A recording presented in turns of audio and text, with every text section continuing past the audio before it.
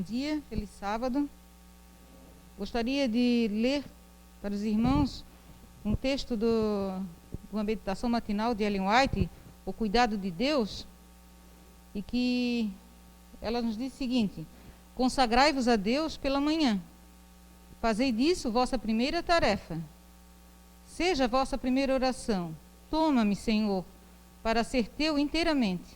A teus pés deponho todos os meus projetos. Usa-me hoje em teu serviço, permanece comigo e permite que toda a minha obra se faça em ti. Esta é uma questão diária. Cada manhã, consagrai-vos a Deus para esse dia. Estamos nesse dia sagrado na casa do Senhor para também nos consagrarmos.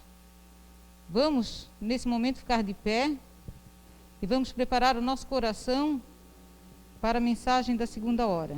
Ficamos de pé.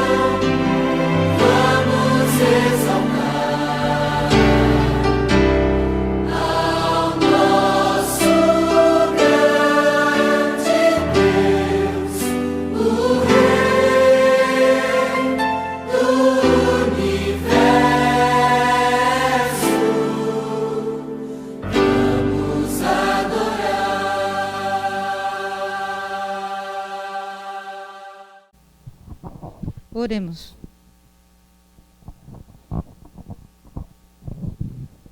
Querido Deus e Pai, que estás nos céus, santificado seja o teu nome. Somos muito gratos, Senhor, nessa linda manhã de sábado, o privilégio de termos, Senhor, esse privilégio de vir à tua casa de oração. Sê conosco, ó Pai, nesse momento que vamos abrir a tua palavra, partir o pão da vida. Que teu Espírito Santo conduza, Senhor, as palavras e que abra as mentes para a compreensão da mesma. Essas bênçãos nós te pedimos, te agradecemos, no doce nome de Jesus. Amém.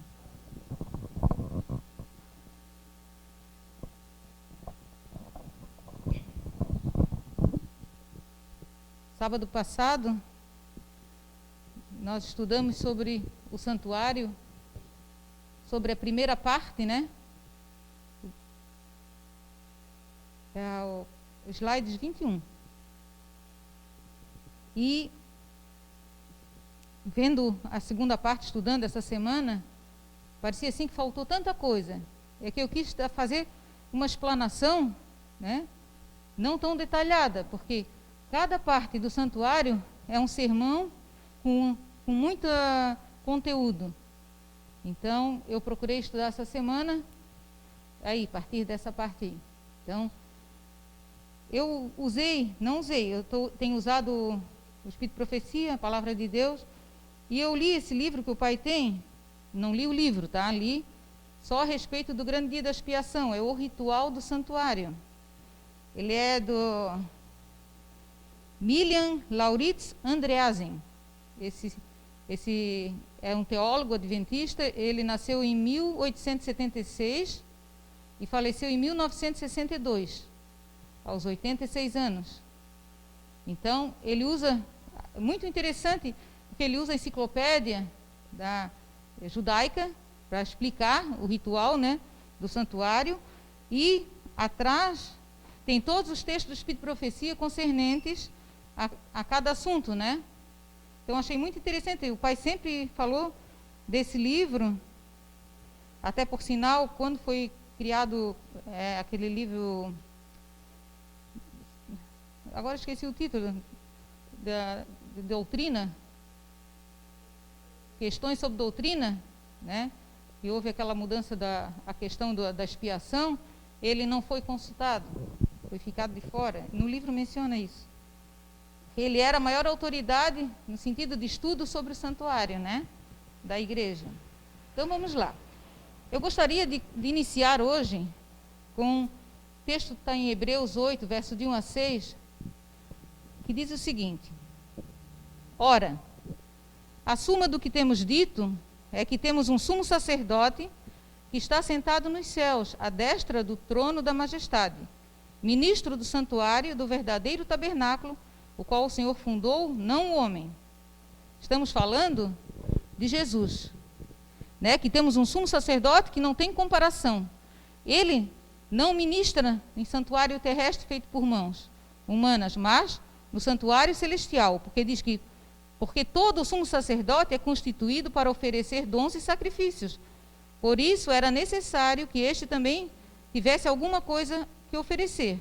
Ora, se ele estivesse na terra, nem tampouco sacerdote seria, havendo ainda muitos sacerdotes que oferecem dons segundo a lei, os quais servem de exemplo e sombra das coisas celestiais, como Moisés divinamente foi avisado, né, como mencionamos no sábado passado, estando já para acabar o tabernáculo. Porque foi dito: olha, faze tudo conforme o modelo que no monte se te mostrou. Então, como nós vimos sábado passado, a questão do santuário terrestre, todos aqueles rituais eram sombras, né, do santuário celestial. Mas agora alcançou ele, que é Cristo, né, ministério tanto mais excelente, quanto é mediador de uma melhor aliança que está confirmada em melhores promessas. E no verso 10 diz que porque esta é a aliança que depois daqueles dias farei com a casa de Israel, diz o Senhor: porei as minhas leis no seu entendimento, e em seu coração as escreverei, e lhes serei por Deus, e eles me serão por povo. E o capítulo 9, versos, depois os irmãos podem conferir, nós não vamos ler todos os versos, fala do tabernáculo, né, do santuário celestial, que assim como o santuário terrestre, ele tinha o compartimento, o primeiro compartimento, o lugar santo, que ali continha, que eu não falei sábado passado, que tinha a mesa com os pães da preposição, tinha o castiçal das lâmpadas, o altar do incenso, né? Então, tudo aquilo ali prefigurava também Cristo. E no santuário celestial também tem. E o lugar santíssimo, que é o Santo dos Santos, onde continha a Arca da Aliança, né, contendo dentro o maná, as tábuas que Deus deu da lei, dos 10 mandamentos, e a vara florida de Arão. Nós falamos sábado passado qual era o propósito do plano da salvação, porque quando o homem pecou, Deus tinha já um plano pronto, caso o homem pecasse. A intenção era que o homem não pecasse, mas como pecou, tinha o propósito. O primeiro propósito era a salvação do homem, né? O segundo propósito era reivindicar o caráter de Deus perante o universo, contido na sua lei. Por quê? Porque Satanás disse que Deus colocou leis injustas, que não dava para o homem obedecer. E o caráter de Deus ficou perante o mundo, o universo, como autoritário, colocando leis às suas criaturas que não poderiam conseguir guardá-las. E com isso, o plano da salvação veio para reivindicar o caráter de Deus e mostrar que a lei não muda. A lei de Deus sempre foi a mesma. Então, isso era o motivo, o propósito do plano da salvação. O Cristo vir morrer nesse mundo, salvar o homem, mas reivindicar o caráter de Deus e mostrar que sua lei não muda. E eu mencionei sábado passado que o grande plano da salvação, o plano da redenção, é composto de 3 partes. A primeira parte era o sacrifício, porque sem derramamento de sangue não há remissão do pecado. Cristo cumpriu a primeira parte morrendo na cruz do Calvário. A segunda parte é o ministério dele, o ministério de Cristo no santuário celestial, composto de 2 partes. A primeira, que é a segunda parte desta fase aqui, a segunda fase, é a obra de Cristo no lugar santo. E Cristo, ao morrer na cruz, foi a vítima. Quando ele ressuscitou, os irmãos lembram que Maria viu Jesus, queria abraçá-lo. O que ele disse? Não me toques, porque não subi ao Pai. Ele tinha que apresentar o sacrifício para ver se foi aceito. E ele voltou a essa terra, ficou 40 dias com os discípulos, né, instruindo, e foi ao céu. Quando ele foi ao céu, definitivo, Jesus começou a sua obra no lugar santo do santuário celestial. Ministrar em nosso favor, porque lá ele é o nosso advogado, também agora, como a gente vai ver, é o nosso juiz. E ele começou essa obra no lugar santo, logo depois da sua ascensão, e completou em 1844, antes de eu falar isso aí, em 1844, ele entrou para o lugar santíssimo, que a gente vai falar mais adiante, estava já me adiantando. Então, na cruz do Calvário, Jesus veio, ele era um antitipo do tipo. Aquela ovelhinha que era o tipo, era uma sombra do verdadeiro, que era Cristo. Então, quando Cristo morreu na cruz do Calvário, não precisou mais, essa lei de cerimônias que existia, não precisaria mais, porque o antitipo tomou o lugar do tipo, veio, que era verdadeiro. Então, diz assim, no Patriarcas e Profetas, página 370, o sangue de Cristo, ao mesmo tempo que livraria da condenação da lei o pecador arrependido, porque a lei dizia, sem derramamento de sangue, não há remissão do pecado. E foi ensinado já desde lá de Adão, que no lugar, para alguém tinha que pagar no lugar dele. Então, Cristo viria. Então, o pecador trazia aquela oferta. Então, o sangue de Cristo, ao mesmo tempo que livraria da condenação da lei o pecador arrependido, não cancelaria o pecado. Então, Cristo morreu na cruz para nos dar o perdão, nos dar salvação. Mas quando nós aceitamos a Cristo como nosso Salvador, a gente pede perdão, arrepende e o nosso pecado é perdoado. Mas, como acontecia lá no santuário terrestre, o pecador arrependido vinha diante da porta do tabernáculo, confessava o seu pecado e voltava para casa com perdão. Mas aquele pecado só estava sendo transferido para o santuário. Porque quando era transferido para a vítima era oferecida em holocausto, tá? E existiam, como eu falei, muitas formas de ofertas de sacrifícios. Tinham vários tipos de sacrifícios. Todos, sua grande maioria, representava Cristo. Com exceção das ofertas de manjares, que também tinham uma representação, mas o sacrifício com derramamento de sangue representava Cristo. E aí o sacerdote tirava daquele sangue, como eu disse, levava lá no altar do incenso e tocava. O pecado daquela pessoa que foi perdoada estava sendo transferido para o santuário. Ou transferido para o sacerdote, quando ele comia dos sacrifícios, quando tinha sacrifício que o sacerdote tinha que comer, o pecado era transferido para ele. Então aqui o que está dizendo é que o sangue de Cristo, ao mesmo tempo que livraria da condenação da lei o pecador arrependido, não cancelaria o pecado. Este ficaria registrado no santuário, até a expiação final. Assim, no cerimonial típico, que era o dessa terra, o sangue da oferta pelo pecado removia do penitente o pecado, mas este permanecia no santuário até o dia da expiação. Eram os sacrifícios diários, que eram feitos todos os dias. O sacrifício da manhã e o sacrifício da tarde, fora aqueles que eram trazidos, né, pelas pessoas.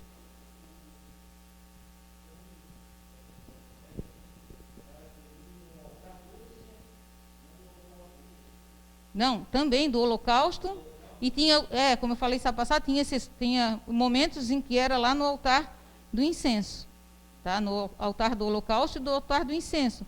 Era assim, transferindo o pecado para dentro do santuário. E ali ele ficaria até o dia da expiação. Então, o sacrifício de Cristo em favor do homem foi amplo e completo. A gente não pode dizer que o sacrifício de Cristo não foi completo. Foi. Na cruz do Calvário, Cristo fez o sacrifício que exigia a lei. Ele derramou o seu sangue, né, pelo culpado. Ele tomou o pecado sobre si, o nosso pecado. A condição da expiação fora preenchida, Atos dos Apóstolos. Então, a gente não pode dizer que na cruz do Calvário foi feita a expiação. A condição para a expiação foi feita, porque o derramamento de sangue que requeria tinha sido feito.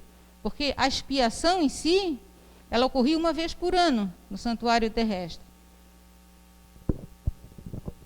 Então, toda manhã e toda tarde, um cordeiro de 1 ano era queimado sobre o altar, com sua apropriada oferta de manjares, simbolizando assim a consagração diária da nação a Jeová e a sua constante necessidade do sangue expiatório de Cristo.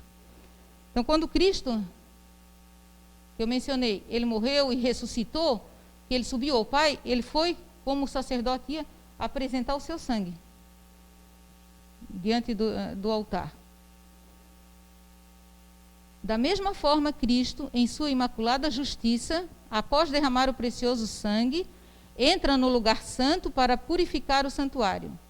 Ali o sangue é trazido e usado no serviço de reconciliação entre Deus e o homem.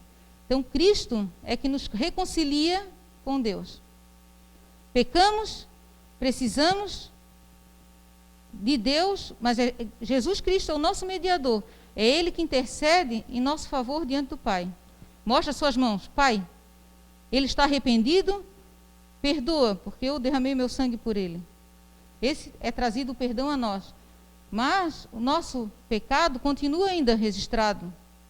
Porque assim como o sangue era colocado também nas pontas do altar, do incenso, transferia o pecado para o santuário. Assim, Cristo, quando entrou no santuário celestial, estava até 1844, que nós vamos ver, estava no lugar santo.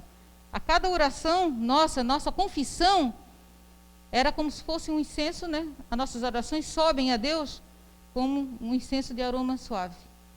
E Cristo intercede por nós, continua intercedendo. Só que esse é um outro estudo, ele continua intercedendo, mas no lugar santíssimo. Tá? Vamos continuar. Então, eu gostei dessa figura aqui para ilustrar que esse aqui era o serviço diário, que eu deveria ter mostrado no sábado passado, e eu achei que deveria mostrar. Então, o sumo sacerdote, ele oficiava, mas ele tinha todos os outros sacerdotes auxiliares, que preparavam a mesa com os pães da preposição, que era trocado todos os sábados, o pão era trocado, os cachos de sal com as 7 lâmpadas, que eram acesas daqui do fogo do altar do incenso, que era o fogo que Deus acendeu pessoalmente. Então, aquele serviço ali, todos os dias. E o altar, daí, o santuário precisava ser purificado no dia da expiação, que nós encontramos em todo o capítulo de Levítico 23, também tem em Êxodo 38, quando Deus estava instruindo Moisés como deveria proceder, né, com cada móvel do santuário. Então, ele era realizado no 10º dia do 7º mês, do ano religioso do antigo Israel. Isso corresponde ao nosso calendário no dia 22 de outubro de 1844, em cumprimento à profecia de Daniel 8,14, que até 2.300 tardes e manhãs o santuário será purificado. E que os mileritas entendiam, Guilherme Miller estudou a profecia, eles chegaram no final a esta data, eles tiveram o primeiro desapontamento, porque eles pensavam que o santuário era essa terra, e que Jesus iria purificar essa terra na sua vinda. Mas eles não tinham sido despertados para o assunto do santuário. E o assunto veio depois de uma noite de oração, que eles ficaram em oração, vigiando, porque A data estava certa, tudo estava certo, mas Jesus não tinha vindo, como eles esperavam. E esse senhor, Irã Edson, ele estava passando por um milharal, e Deus mostrou para ele a questão do santuário. Aí eles começaram a estudar, lá em Hebreus 8, começaram a estudar que no céu tem um santuário, que essa terra não é o santuário. Ela já teve o santuário, que quando Cristo morreu na cruz do Calvário, todo aquele sistema de ofertas e sacrifícios havia encerrado. A lei dos sacrifícios e ofertas, ela cravou na cruz ao Jesus morrer, porque ele era a oferta. Então não havia mais necessidade de sacrifícios. Então o sacrifício agora era o único que Jesus tinha feito e estava fazendo no santuário celestial, e está fazendo. Então, no dia da expiação, como também no dia do jubileu, eram tocadas trombetas, tá? Que avisavam o povo daquele dia, o dia da expiação, que coincidia também no dia do jubileu. Era passada a trombeta e tocava avisando o povo. Aquilo era muito sério, meus irmãos, porque era o momento agora do povo pensar: eu fui naquele dia, pedi perdão, me arrependi, será que eu voltei a pecar? Será que eu fui, realmente meu pecado vai ser cancelado? Era o dia do cancelamento dos pecados. Os pecados estavam registrados no santuário. E assim, nós também devemos avisar, como responsáveis, como pessoas que estudam a palavra de Deus, avisar as pessoas da obra que Cristo está fazendo agora no santuário celestial. E no livro Ellen White, da Igreja Remanescente, página 64, diz o seguinte: em sentido especial, foram os adventistas do sétimo dia postos no mundo como atalaias e portadores de luz. A eles foi confiada a última mensagem de advertência ao mundo a perecer. Sobre eles incide maravilhosa luz da palavra de Deus. Confiou-se-lhes uma obra da mais solene importância: a proclamação da primeira, segunda e terceira mensagens angélicas. Nenhuma obra há de ser de tão grande importância. Não devem eles permitir que nenhuma outra coisa lhes absorva a atenção. Então, cabe nós a sermos atalaias de Deus, informar que o que Jesus está fazendo por nós. E naquele dia, eu acho que eu coloquei aqui, isso aqui não era para ser, porque existia no dia da expiação, todos os dias era feito um sacrifício da manhã e um sacrifício da tarde. No dia da expiação não era diferente. Também tinha o sacrifício da manhã e da tarde, mas também tinham outros sacrifícios. Mas os principais do dia da expiação era que Arão devia de trazer para a expiação dele, da casa dele, um novilho, juntamente com um carneiro. E também deveriam vir para os 2 bodes, que eles tirariam a sorte entre os 2 bodes. Um bode seria sacrificado pelo Senhor, que era pelo sacrifício de todo o povo, e o outro bode permaneceria vivo. Então, era isso que Deus falou para que Moisés instruísse Arão, tá? Então, só vou ler rapidinho. E Arão fará chegar o novilho da expiação, que será por ele, e fará expiação por si e pela sua casa. Degolará o novilho da sua expiação. Tomará também um incensário cheio de brasas do fogo do altar, de diante do Senhor, e os seus punhos cheios de incenso aromático moído, e o levará para dentro do véu. Então, o que ele fazia? Nós vamos falar no detalhado, tá? Não vou falar agora ainda. E porá o incenso sobre o fogo perante o Senhor. A nuvem do incenso cobrirá o propiciatório.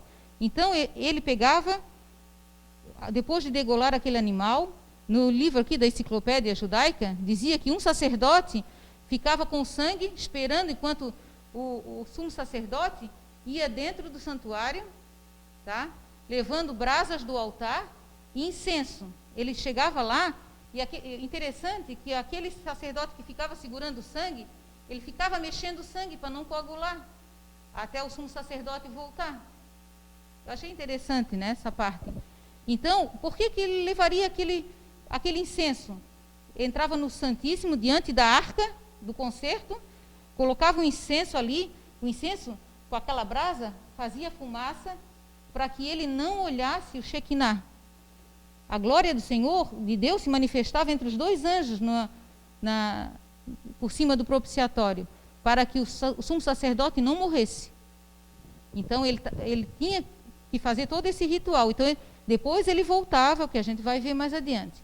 Mas antes, eu parei quase a semana toda nessa questão das vestes, porque nós sempre fomos ensinados, e é realmente o que Deus ensinou para Moisés, que as vestes sacerdotais do sumo sacerdote eram todas essas vestes aqui. Era uma manta, esqueci agora, uma túnica de linho, depois vinha uma outra de azul, depois vinha outra, um cinto todo de obra bordada, tinha o peitoral com as 12 pedras que o sacerdote levava sobre si, as 12 tribos de Israel, e tinha a pedra do Urim e Tumim, como Deus se comunicava, né? Tinha uma ombreira, eram vestes pontificais, né? Pontificiais, não sei me expressar. E tinha a veste do sacerdote comum. Aí o que me chamou a atenção, que no dia da expiação eu li esse texto.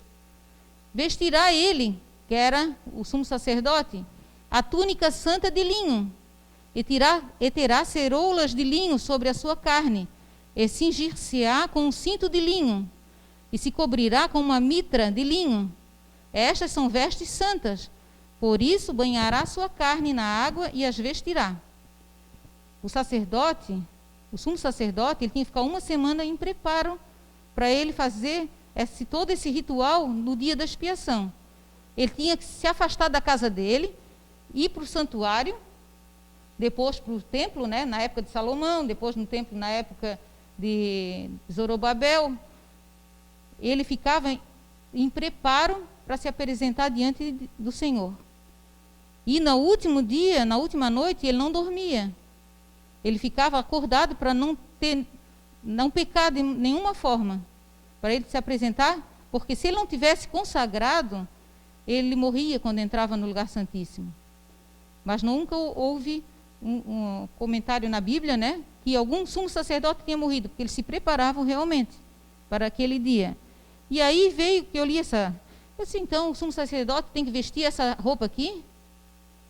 Só que aqui na figura está com o cinto da obra, né, do bordador, mas aqui diz que é um cinto de linho. O linho é branco, né, que a gente vê que representa a justiça de Cristo. Aí eu comecei a procurar textos que me ajudassem, né? Depois os irmãos podem ler Êxodo 28, 39 a 40, 39, 28. Aqui diz, lá em Ezequiel, e foi lá no templo de Zorobabel, foi dado também as mesmas orientações. Mas os sacerdotes levíticos, os filhos de Zadok, que guardaram a ordenança do meu santuário, quando os filhos de Israel se extraviaram de mim, eles se chegarão a mim para me servirem, e estarão diante de mim para me oferecerem a gordura e o sangue, diz o Senhor Deus. Eles entrarão no meu santuário e se chegarão à minha mesa para me servirem e guardarão a minha ordenança. E será que quando entrarem pelas portas do átrio interior, se vestirão com vestes de linho, e não se porá lã sobre eles, quando servirem nas portas do átrio interior e dentro. Gorros de linho estarão sobre suas cabeças, calções de linho sobre seus lombos, não se cingirão de modo que lhes venha suor. E saindo eles ao átrio exterior, ao átrio de fora, ao povo, despirão as suas vestes com que ministraram, e as porão nas santas câmeras, e se vestirão de outras vestes, para que não santifiquem o povo, estando com suas vestiduras. Ainda assim, ainda não tinha me clareado, né? Eu sei que esse texto está confirmando que as vestes do sumo sacerdote, no dia da expiação, ele tinha que se vestir como um sacerdote comum. Sim. Vamos continuar nos outros textos para nos dar esclarecimento.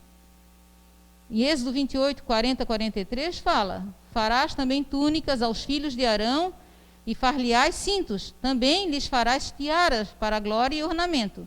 E vestirás com eles a Arão, teu irmão, também a seus filhos, e os ungirás, e consagrarás, e os santificarás, para que me administrem o sacerdócio.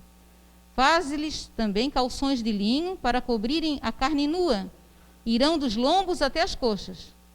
E estarão sobre Arão e seus filhos, quando entrarem na tenda da congregação, e quando chegarem ao altar para ministrar no santuário, para que não levem iniquidade e morram. Isto será estatuto perpétuo para ele e para a sua descendência depois dele.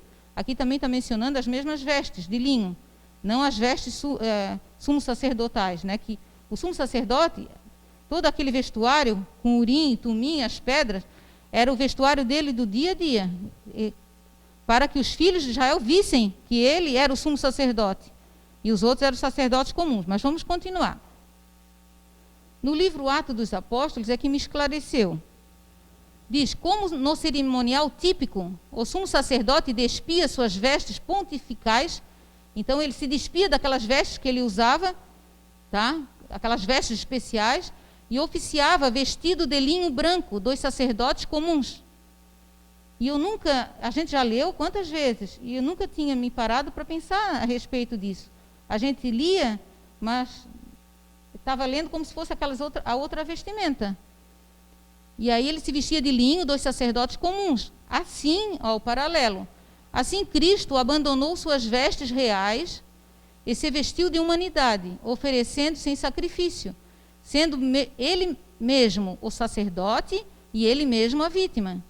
Como sumo sacerdote, depois de realizar essa cerimônia do Santo dos Santos, ele deixava o local, se apresentava à expectante multidão em roupas pontificais, assim como Cristo virá a segunda vez, trajando os mais alvos vestidos, como nenhum lavadeiro sobre a terra os poderia branquear. Marcos 9, verso 3. Ele virá na sua glória e na glória de seu Pai, e todos os anjos o escoltarão em seu caminho.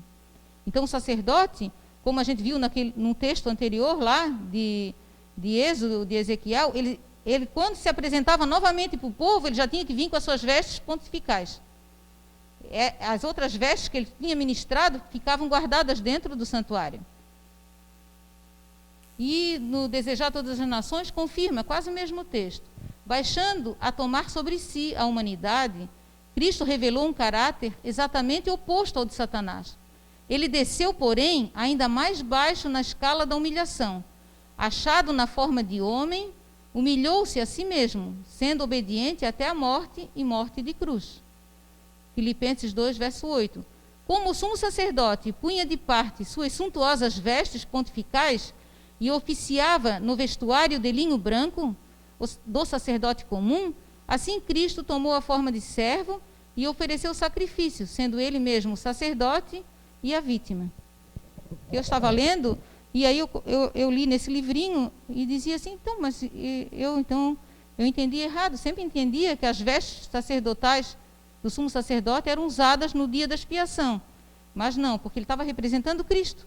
Cristo se despiu das suas vestes reais, se humilhou, tomou a nossa natureza humana de pecado, morreu na cruz, está oficiando em nosso favor no santuário celestial, no Santíssimo, e quando ele virá, ele vai tirar essas vestes e colocar suas vestes reais. Aqui eu peguei uma figura para exemplificar, né? Porque é difícil de encontrar um sumo sacerdote oficiando aqui de vestes brancas, porque sempre, a maioria das figuras que a gente encontra, ele está com as vestes sumos sacerdotais.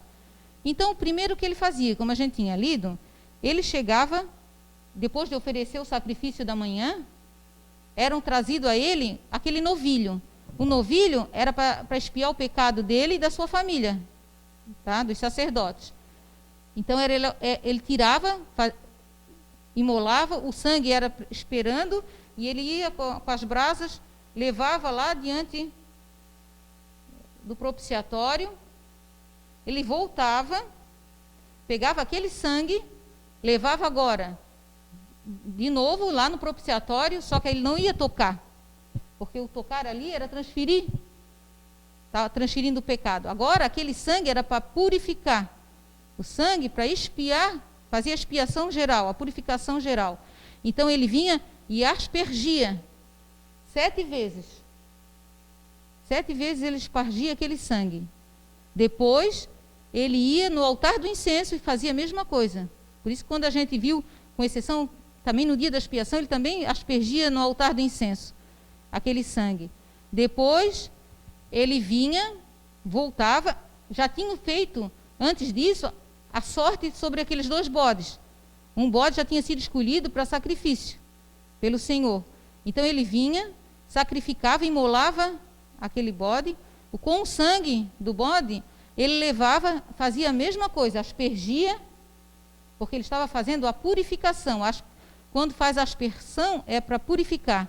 E purificava o altar do incenso, da mesma forma. Aqui vemos uma figura mostrando, né?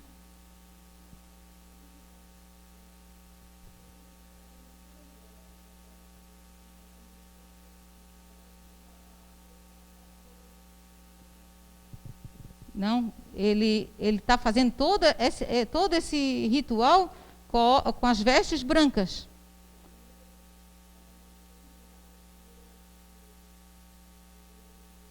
Sim, mas ele não terminou o serviço ainda. Eu estou falando, né, o passo a passo.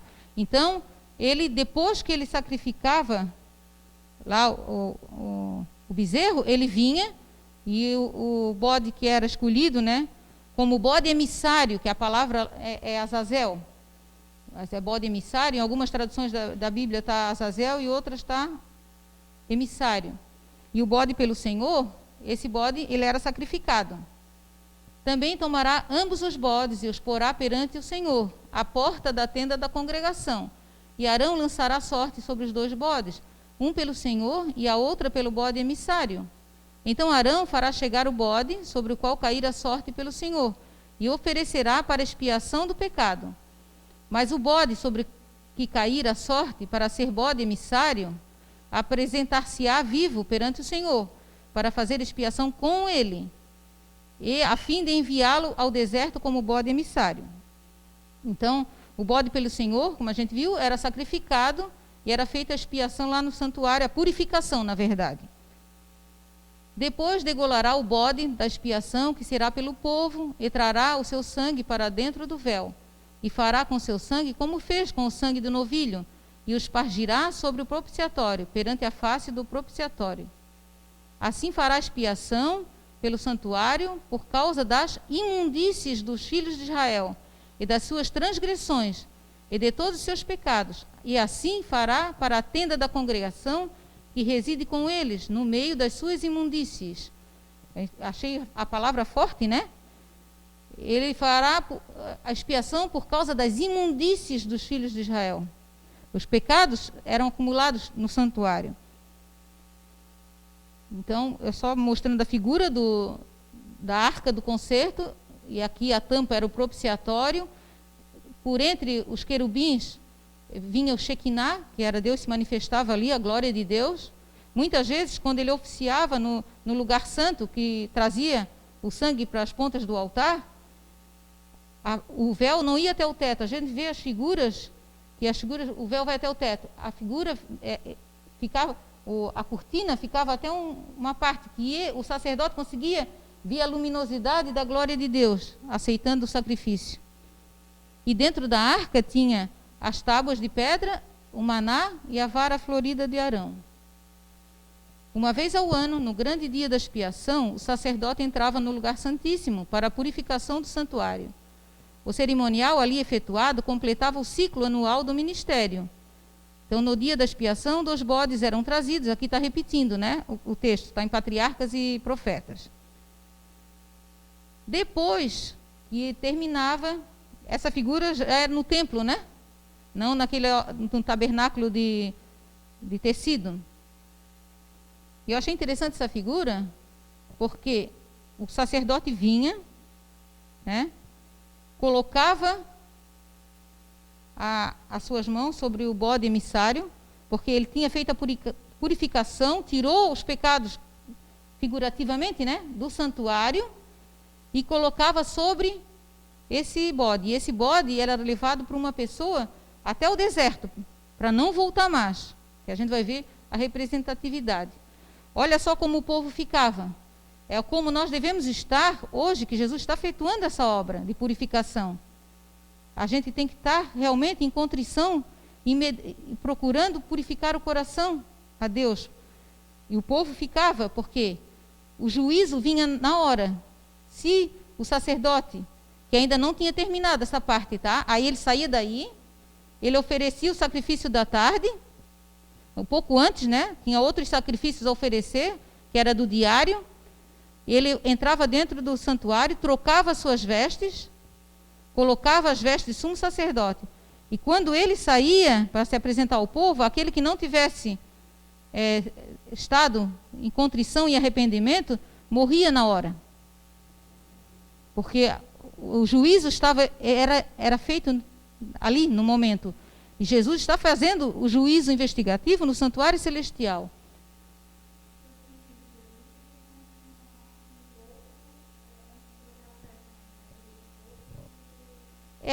Aqui tá mostrando mais adiante, né? O templo mais adiante. Mas ele não entrava, ele só se mostrava para o povo com as vestes pontificais.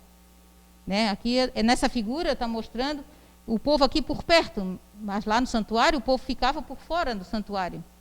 Por fora. Tanto é que o silêncio era tão grande que dava de ouvir, né? Quando ele trocava suas vestes, que vinha com as vestes pontificais, ele tinha sininhos nas vestes. E o povo escutava. Quer dizer, ele estava vindo, né? Saindo para se apresentar.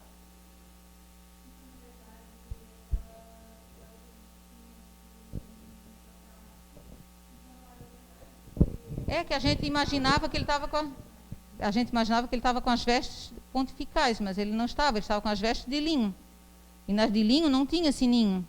Só tinha sininho no éfode, que era na beirada daquela roupa azul, né, que ficava por cima da túnica. Quem representava Azazel?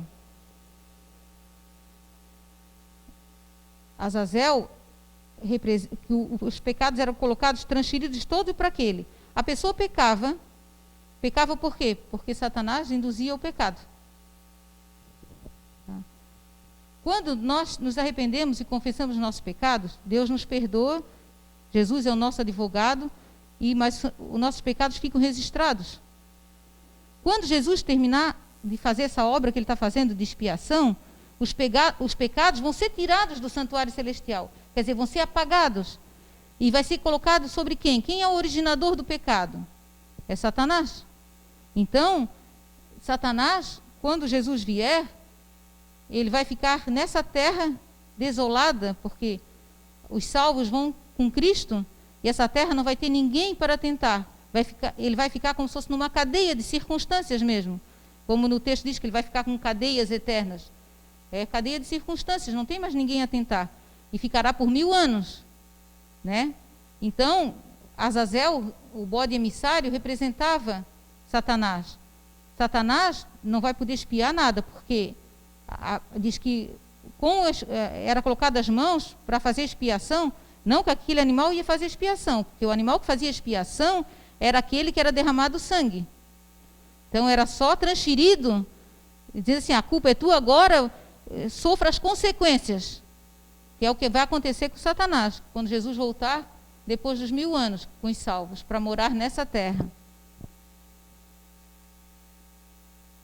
O sangue de Cristo, ao mesmo tempo que ele livraria da condenação da lei o pecador arrependido, não cancelaria o pecado. Este ficaria registrado no santuário até a expiação final. Assim, no cerimonial típico, o sangue da oferta pelo pecado removia do penitente o pecado, mas este permanecia no santuário até o dia da expiação. No grande dia da paga final, os mortos devem ser julgados pelas coisas que estavam escritas nos livros, segundo as suas obras. Apocalipse 20, verso 12. Então, pela virtude do sangue expiatório de Cristo, os pecados de todo verdadeiro arrependido serão eliminados dos livros do céu. Assim, o santuário estará livre ou purificado do registro do pecado. É aí que entra a confirmação da profecia de Daniel, né? E se levantará Miguel. E aí aquele que é justo, continue justo. E aquele que é ímpio, continue ímpio. Por quê? porque o pecado foi removido. E aí, o remanescente não lembrará mais dos seus pecados. Jesus está em pé no Santo dos Santos e comparece agora na presença de Deus por nós. Ali, ele não cessa de apresentar seu povo, momento após momento, perfeito nele. Então, vemos que todos vamos comparecer perante o tribunal de Cristo. Não é em pessoa que nós estamos lá, é Jesus que está nos representando. Então, os nossos pecados estão registrados nos livros dos céus. E esses livros vão passar em revista. E aí, quando o nosso nome passar em revista, vai ser colocado ao lado. Pecado, perdoado. Mas diz que nesse julgamento, nomes são riscados e nomes são acrescentados. Mas quando Jesus terminar, aí sim, todos os pecados serão apagados.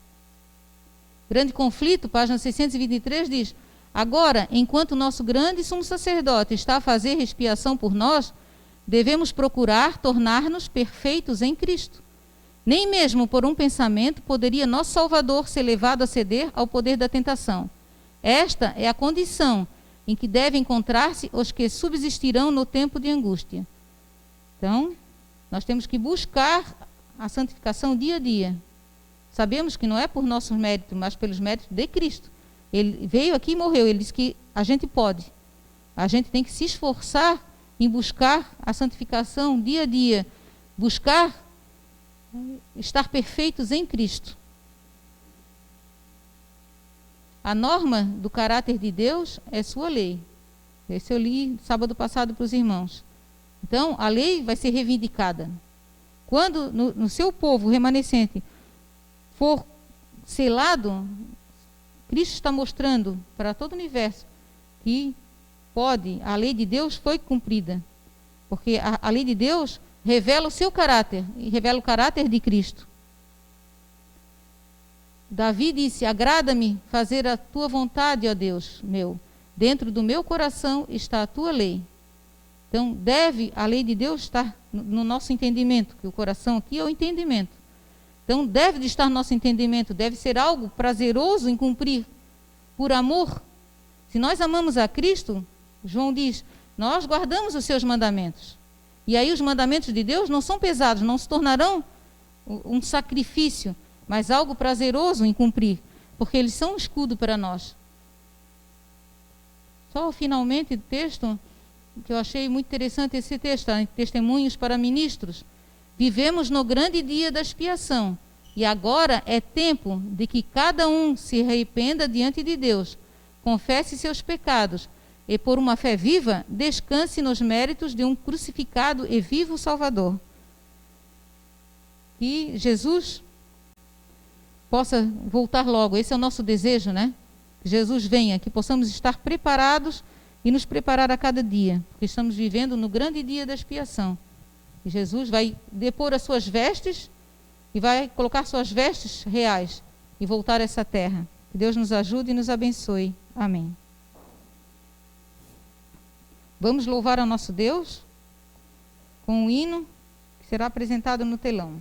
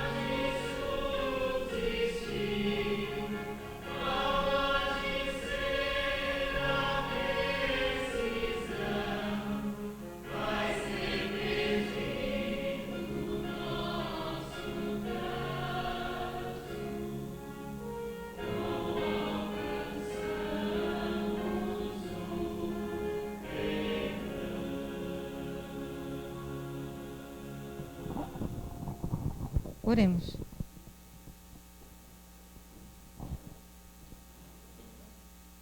Pai nosso que estás nos céus, santificado seja o teu nome.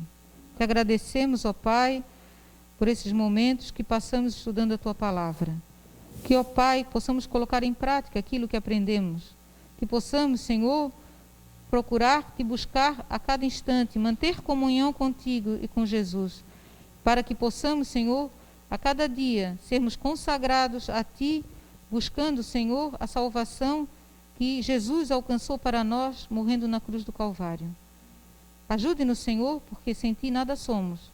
Precisamos da tua ajuda para que possamos buscar essa perfeição de caráter, mas somente com a ajuda do teu Espírito Santo. Essas bênçãos, Senhor, nós te pedimos, que tu nos acompanhe, que teus anjos nos acompanhem ao voltarmos para os nossos lares. E que na tarde do teu santo dia, possamos, Senhor, manter comunhão contigo, te buscando a todo momento. Essas bênçãos nós te pedimos, sabemos que não somos merecedores, mas Jesus morreu na cruz do Calvário por cada um de nós. É em nome dele que te pedimos e agradecemos. Amém.